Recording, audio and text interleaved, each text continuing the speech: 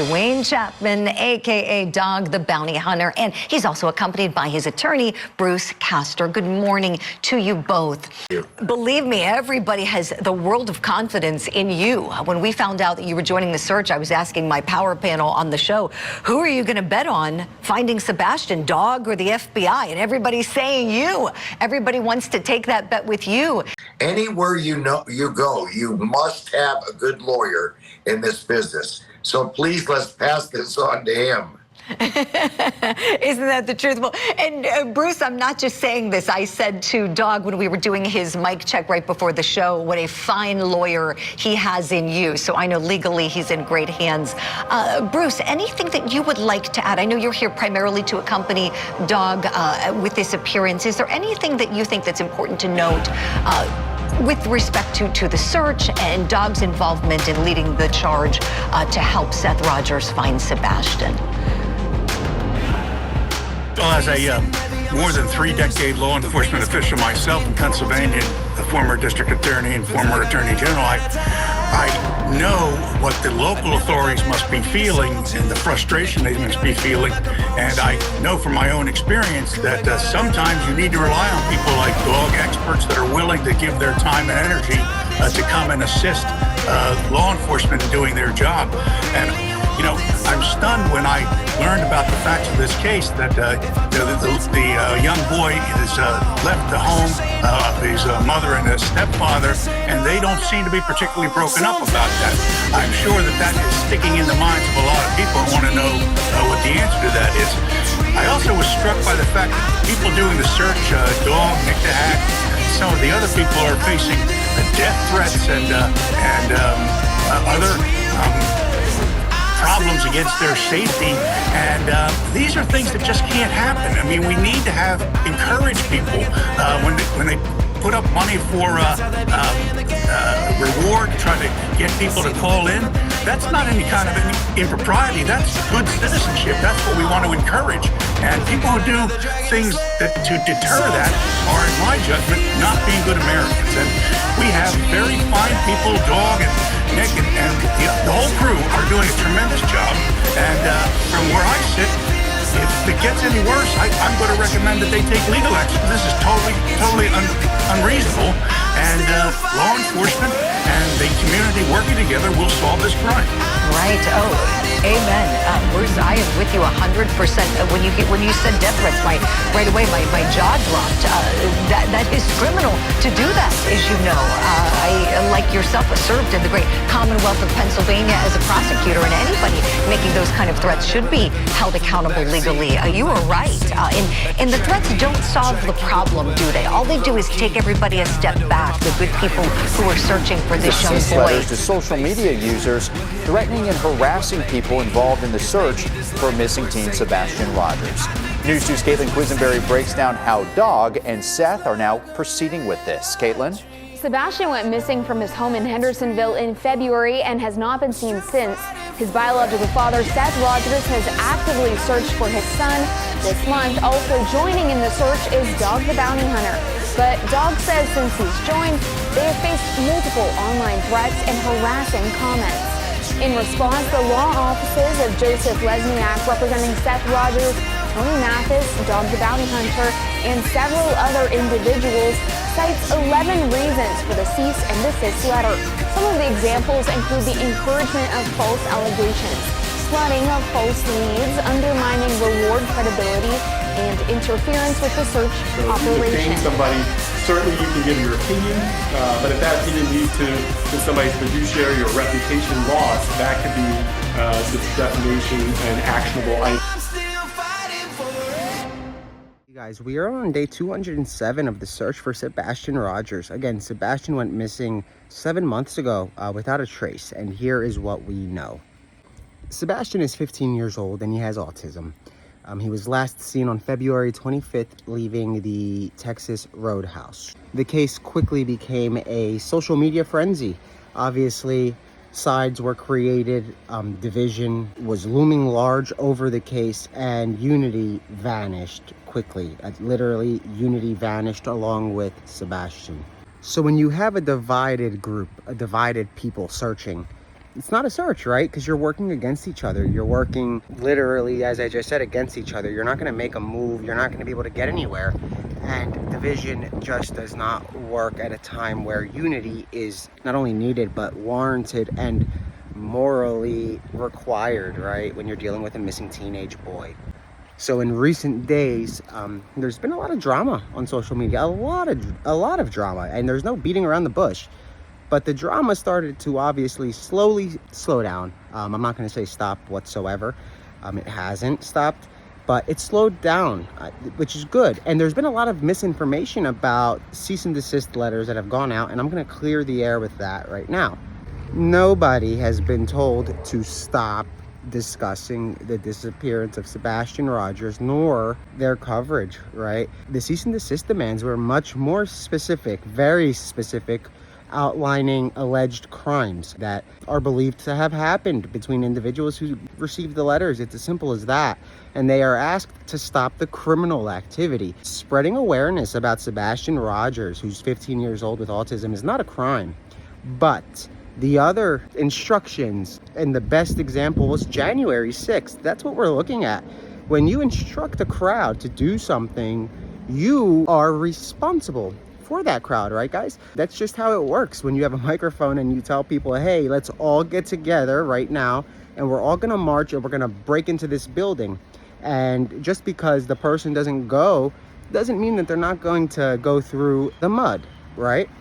You guys saw what happened to President Trump for that January 6th thing, and there is no difference here whatsoever, except it is a digital version of January 6th. What I mean by that is the same thing that happened on January 6th is happening here, whereas Sebastian is the capital and the disruptors are the social media select creators, and it's not as many as any of you imagine. It really comes down to just a handful, maybe enough for one hand to count, maybe with two hands and one finger at most, okay? It's not 20, it's not 15, it's nothing crazy, it's not. And that is interesting, right? And when I say interesting, I mean out of the dozens of accounts that are pushing this wild information, when you put a stop to, let's say, 3 or 4, for some reason the other 14 or 12 follow and vanish, literally. But again, nobody was told, hey, you are to cease and desist from covering Sebastian Rogers. Nobody. He's missing. And if he's not missing, then yeah, I guess you can be told to stop, but nobody can tell you to stop that. What they can tell you to do is stop any criminal activity, and that's what we're seeing. It's telling us you're going to kill us. Those are death threats. Sending people to flood lines of authorities, that is false reporting. I mean, when you add everything up and you look at the document that you received, there's nothing in that document that says, hey, stop your coverage on this young boy who's missing because you are searching for him. No. If you're going to use tidbits, please use the whole thing and stop with the misinformation and then going to GoFundMe and trying to tell people that you've been gagged from spreading awareness when that's another lie. It's just a lie. As simple as that. If you're going to make that assertion, post the cease and desist with it, right? So that way you're not giving people one sentence out of a very lengthy 3-page document, right? Because if you take one sentence out of it, then yeah, I guess you can construe that as I'm not allowed to do anything that might hint even the initials of Sebastian. That's not true at all, guys. It's not at all. They are choosing not to put Sebastian at the forefront. They are choosing, when I say they, I mean creators, the ones that are not doing any coverage after they were served with notices, the ones that are halting their coverage completely. Those are the individuals that you need to be careful about, because obviously Sebastian is not on the forefront. Nobody asked them to stop covering Sebastian. Stop with the lies. If you're gonna lie, it doesn't make sense to do it when, again, at this point, it's clear there are lawyers involved. They're fake lawyers. Go with whatever you want to say. But the fake lawyers are sending you very real paperwork, and it's a lot longer than a sentence about Sebastian. It outlines the crimes alleged, and maybe you can discuss them. Maybe you can discuss the billboards. Maybe you can discuss the finances. Maybe you can discuss the tip lines. maybe you can discuss those things as well. And then when you add all of that up, it makes sense as to why you were asked to stop, right? And this is out to the creator. The creator knows who I am addressing. It's not stop spreading awareness. And there's never time, literally, when they say that it's never too late to make amends, it's never too late. And the creators that received those notices, it's not the end of the world at all.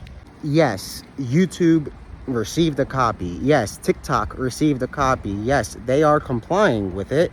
But no, the lawyers are not going to suspend their accounts for speaking about Sebastian or seek to have their accounts suspended for that. They aren't. That's not the fact. That's not what's going to happen. Is the videos that are still up and the ones that were deleted are going to be revived and brought in as exhibits. And those exhibits are what you're not allowed to talk about, right? Inciting people to go and flood authorities, you know, that is not awareness. Inciting people to go and harass anybody is not spreading awareness. Inciting to literally make phone calls on your behalf because you have a following is not spreading awareness. It's actually spreading crime. And it is a crime when you organize people. That's a conspiracy. The people that comment in there saying, well, let's go, those are potential accomplices. And if something crazy does happen and one of these wild threats comes true, the people that commented LFG, which means let's effing go, do you really think they're not going to be knocking at your doors? This is 24 and threats are serious. The threat doesn't have to originate from the content creator, but if it originates from a video of the creator, whereas the person that made the threats was watching the video when they got the idea to make the threat, because of the terminology used in the video that says, hey, this person is a very vile person. Nick the Hat is just a monster. You have to call the cops on him. See, stuff like that leads to crazies doing crazier things. And they notice that when the police calls don't work and the threats don't work, and they just keep enhancing it, right? And since the videos slowed down, the threats didn't, right? They are still coming. And it's something that when you start it, that is the time to take that double take and think, is this a good idea? Should I say this? Should I do this? Should I be live? Or should I pre-record to make sure I don't cross the line? If you accidentally say, hey, flood the lines, I'm just kidding, stop, don't do that, and you make it a very clear point and talk about not doing it for an hour after you tell people to do it for 5 seconds, that right there might get you out of a situation, right? Because you're trying to make amends for much more time than you spent with that careless mistake. Maybe it was a careless mistake, maybe it was intentional. But again, guys, we're not here to halt the bandwagon whatsoever. It's about Sebastian. He went missing 207 days ago, and we want to keep the focus going on him. We want to keep the green light going for Sebastian, and we want to put a red light toward drama. And that should really be something that we all do together. Even the YouTubers that right now might not like me, per se, because of whatever it may be. I really don't care. I'm not a person that holds grudges. But if this is the time for us to unite, this is the time. And Clue Who and Barbecue too. Sorry for the Clue Who. It's just like a Blues Clues. But again, well, it's stuck in my head, the Blues Clues. It's a time for us to unite and then show people that we can put stuff aside when it comes to a missing teen. This is not about me. It's not about you. It's not about the viewers. Unless one of those viewers is 15-year-old Sebastian Rogers, who has autism. He vanished on February 25th into the 26th. If he's a viewer, then that is the audience we want. We only really need one viewer, and it's Sebastian, maybe 2 or 3 viewers, and the people responsible are 4 or 5. Really, it doesn't matter if you have 100,000 or 50 or 1, as long as that one can make a difference. And honestly, guys, between all of our platforms, between all of our viewers, between all of our audiences combined, we have what it takes to bring this case to an end together, as the online community did time and time and time and time again. And prove me wrong. Every single high-profile case in the past 5 to 10 years has been heavily solved by online sleuths, by YouTubers, by streamers, by content creators. The information, the tidbits, the hours, the nights, the days, the months, the years spent in researching those cases, dissecting every word, watching every interview, finding the little things that somebody might have missed because they are just so tired of looking at the same thing for years. Those little differences. And when you look at this case, when you look at the facts of this case and you go back in time, we had that. Like, literally, it was there. And something happened and it was derailed. We got to put it back on the rail, guys.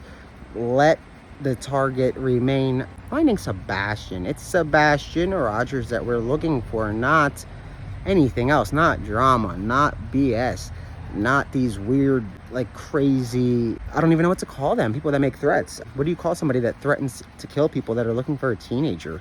What do you call them? Sick, demented, in need of help, obviously. But at the end of the day, we have one goal, one vision, and one mission, and that's to find Sebastian Rogers, a 15-year-old boy. So again, guys, if you see something, say something. You can call TBI, you can call 911, you can call dog at 833-TELL-DOG.